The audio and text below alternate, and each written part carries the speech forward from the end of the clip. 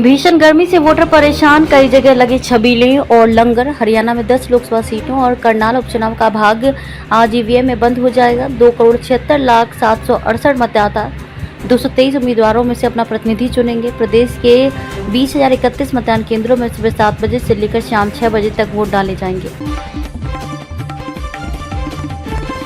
सत्ता की सेमीफाइनल में उलझे समीकरण, कई दिग्गजों की प्रतिष्ठा दांव पर लगी। हरियाणा में करीब 2.25 महीने चले चुनाव प्रचार के बाद शनिवार यानी आज 10वीं लोकसभा सीट पर वोट डाले जाएंगे।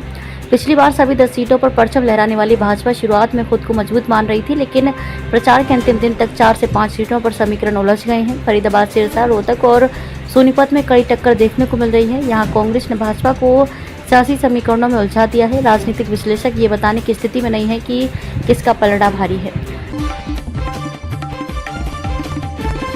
10 लोकसभा सीटों में एक विधानसभा सीट पर उपचुनाव के लिए मतदान आज 223 प्रत्याशी। जिस फल का 2 महीने से इंतजार था वह आज आ गया है। लोकतंत्र के गौरव का दिन, आपके अधिकार का दिन।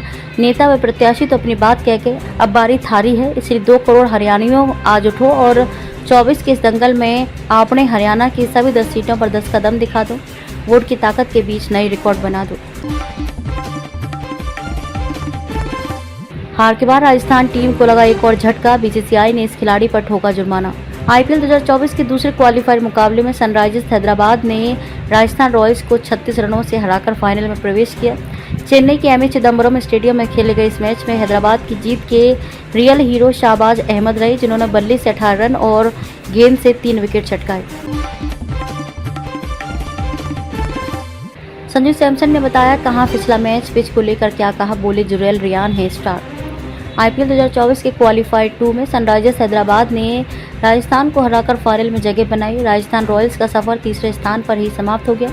हार के बाद कप्तान संजू सैमसन ने गेंदबाजों की तारीफ की, साथ ही टीम के प्रदर्शन पर संतुष्टि जताई।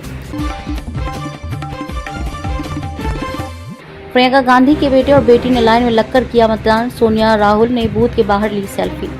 कांग्रेस महासचिव प्रियंका गांधी वाड्रा के बेटे रेहान राजीव वाड्रा और बेटी मिराया वाड्रा ने दिल्ली के एक मतदान केंद्र पर अपना वोट डाला। रेहान राजीव वाड्रा और बेटी मिराया वाड्रा ने लोधी एस्टेट स्थित अटल आदर्श स्कूल पहुंची। मिराया पहली बार की वोटर हैं।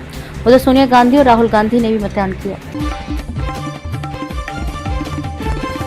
मतदान से एक दिन पहले उपराज्यपाल और दिल्ली सरकार में फिर तकरार, वोटिंग पर कहा सुनी। मतदान से कुछ घंटे पहले शुक्रवार रात उपराज्यपाल और दिल्ली सरकार में फिर तकरार देखने को मिली। एलजी कार्यालय ने शनिवार को बिजली पानी की सुविधा प्रभावित करने का मुद्दा उठाया, तो दिल्ली सरकार ने मतदान की गति प्रभावित करने का।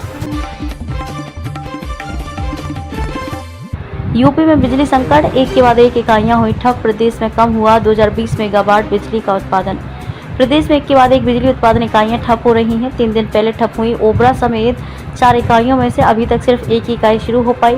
वहीं शुक्रवार को 500 मेगावाट की अनपड़ा की एक इकाई और ठप हो गई। इस तरह प्रदेश में 2020 मेगावाट बिजली का उत्पादन कम हो गया।